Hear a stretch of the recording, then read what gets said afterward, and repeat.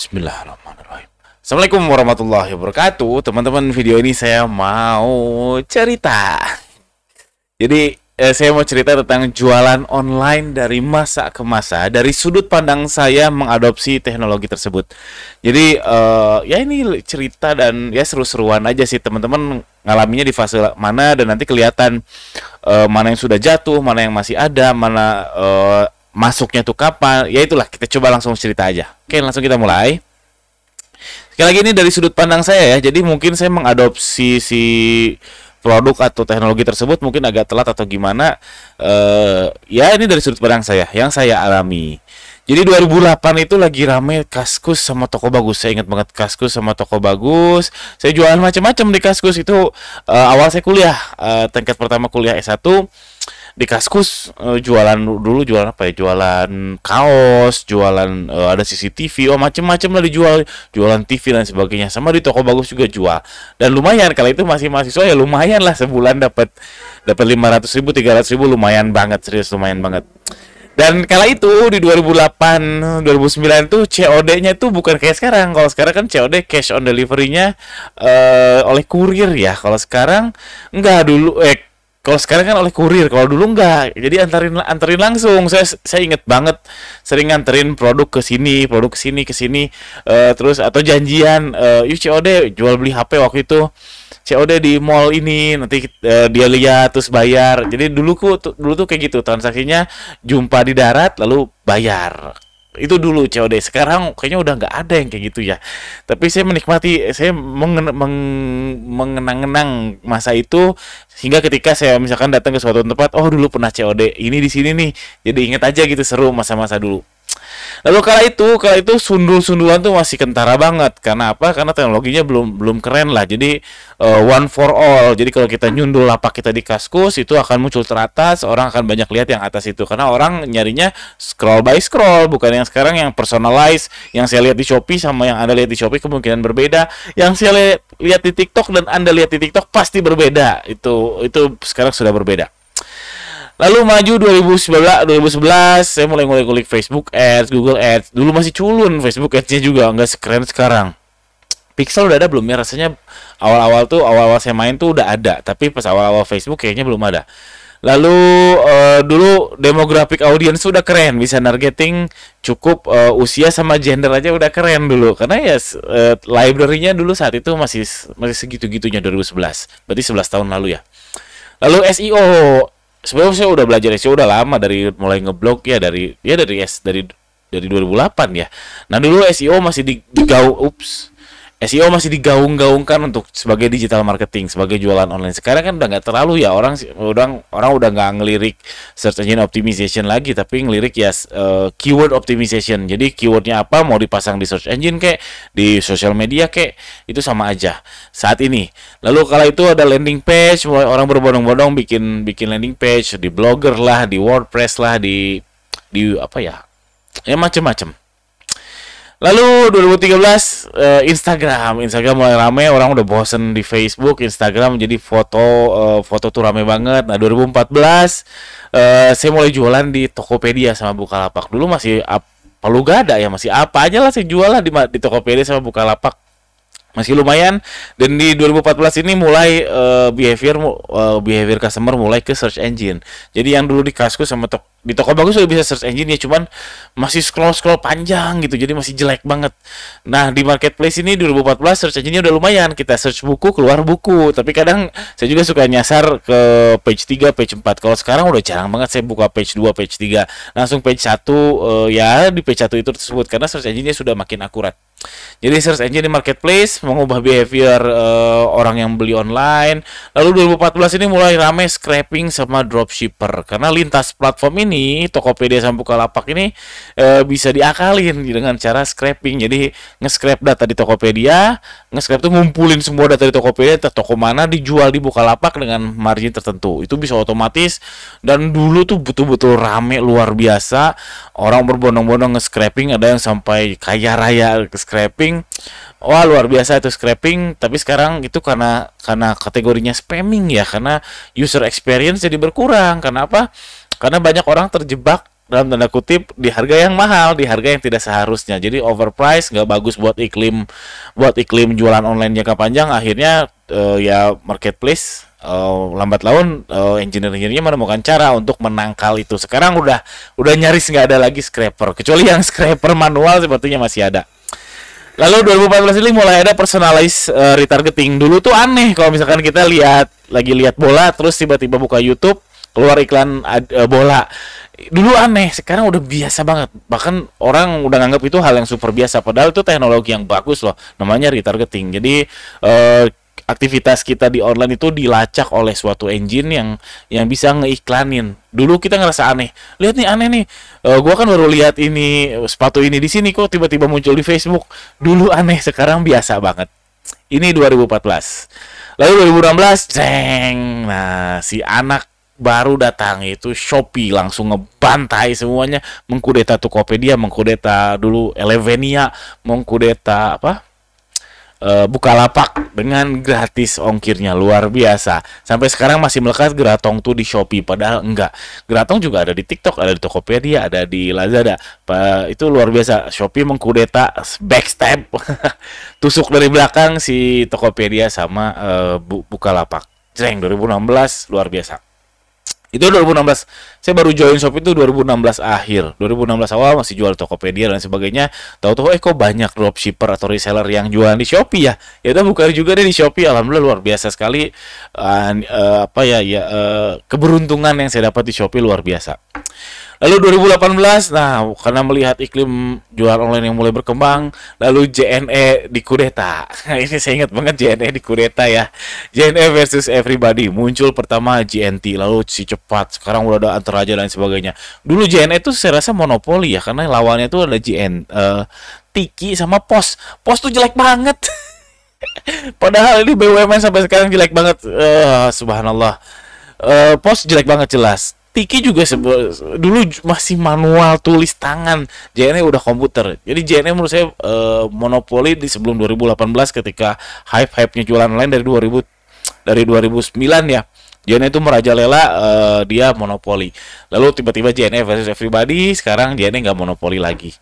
Lalu 2019 boom namanya bayar di tempat. Ini membuat orang yang nggak punya bank, nggak punya rekening bank bisa belanja online. Boom juga besar, luar biasa. Minusnya banyak, plusnya banyak banget, minusnya juga ada. Salah satunya di seller jadi lambat cair. Tapi secara makro kita lihat plusnya tuh lebih banyak daripada minusnya untuk bayar di tempat. 2020 boom pandemi. Secara makro pandemi kemarin itu luar biasa bagus buat iklim jualan online. Kenapa? Karena sekarang ekosistem online itu udah normal. Kita nge-GoFood, nge-Shopee Food, nge-GrabFood itu udah biasa, hal biasa banget. Berapa banyak multiplier effect orang yang bikin restoran jadi lebih laku ketika ada GoFood dan sebagainya. Lalu shopping tuh udah normal banget sekarang. Itu boom dari 2020 sampai 2021 akhir. Dalam 2 tahun kayak tenis gitu ya, gitu langsung semuanya belanja tuh online, dan meeting tuh online. Meeting tuh bukan offline. Jadi defaultnya sekarang orang tuh meeting tuh online. Ini 2020 pandemi merubah segalanya seperti Thanos, snapnya Thanos. Semuanya langsung online. 2022 boom TikTok lagi, flip the coin. Nah, ini pakai bahasa Inggris ya biar keren. Jadi TikTok flip the coin, dia game changer. Yang tadinya Facebook sama Instagram mencoba meluncurkan Instagram Shop, Facebook Shop, nggak berhasil teman-teman. TikTok berhasil. Jadi ini dengan viral marketingnya. Jadi jualan TikTok Shop, jadi bikin konten tapi jualan juga. Itu berhasil luar biasa. TikTok ini di 2022 sampai kapan nggak tahu. Lalu live stream 2022 ini happening banget. Lalu personalized targeting ini lebih advance lagi dari sebelumnya. Dari awal 2014 itu personalized itu cuma retargeting ya, kita pernah mengunjungi apa terus diiklankan lagi. Sekarang lebih advance lagi. Jadi dari behavior kita lihat konten di TikTok, lalu tiba-tiba kita dikasih konten untuk jualan jilbab. Misalkan kita lagi sering lihat ceramah, tahu-tahu ada iklan jilbab. Kan itu keren banget melihat behavior itu yang sebelumnya cuma demografi, cuma retargeting, itu statik, nggak dinamis. Sekarang dinamis, dan ini baru TikTok. Saya lihat baru TikTok yang bisa kayak gini. Dan itu nggak gampang, teman-teman. Itu real time, karena saya sama Anda berbeda, yang saya lihat itu berbeda, yang Anda lihat berbeda. Bayangkan seberapa rumit si rumus, si algoritmanya untuk mengebungkus delivering konten ke kita. Jadi TikTok ini wah, jadi saya jadi pengen bahas teknologi TikTok versus Shopee. Shopee itu kalah telak, teman-teman. Itu personalized targeting boom oleh TikTok. Lalu TikTok juga yang membuat game changer di 2022 ini, yaitu affiliate untuk semua. Dulu sebenarnya ada di Shopee itu affiliate ya. Affiliate itu ya kita ngeposting sesuatu terus kita dapat komisi. Itu ada di Shopee, cuman belum untuk semua. Dan sebenarnya affiliate itu udah dari dulu. Saya baca bukunya Amazon tuh dari dulu banget. Dari jadi orang zaman ngeblog itu sudah nge-affiliate ke Amazon. Itu zaman website kan gak semua orang bikin website ya. Makin sini orang mulai bisa ngeblog dan sebagainya. Tapi masih belum semua orang. Lalu di Instagram juga untuk naruh link itu belum bisa semua orang. Yang bisa swipe up tuh kalau nggak salah 10.000 subscribers ya.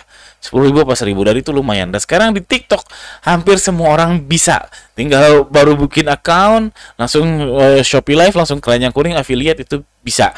Kalau nggak salah ada minimal followersnya ya. Aduh saya nggak tahu pasti. Tapi sekarang affiliate sudah bisa untuk semuanya. Jadi semuanya bisa jualan online tanpa harus punya produk. Alias kemungkinan besar dropship akan mati menurut saya.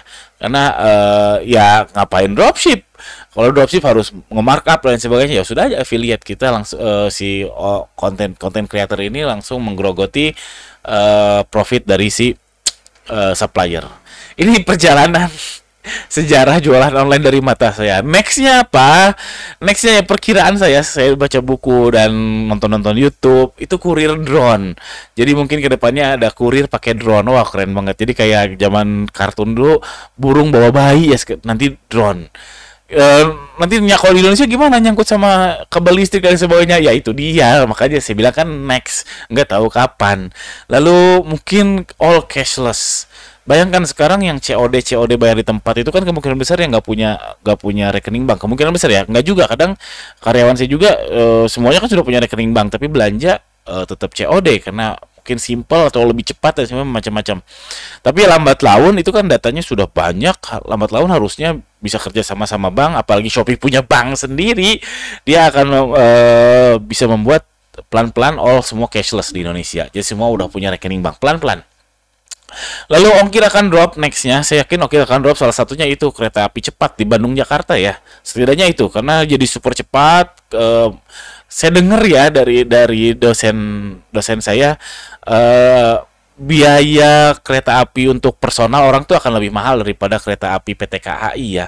Tapi kalau kargo kemungkinan akan sama, dan bayangkan itu cepat sekali, Bandung Jakarta 45 menit, berarti ongkir akan sangat jauh lebih murah. Setidaknya Bandung Jakarta itu dua hub kota besar di Jawa, dan harusnya ada impact ke kota-kota lainnya. 13 menit cerita ini.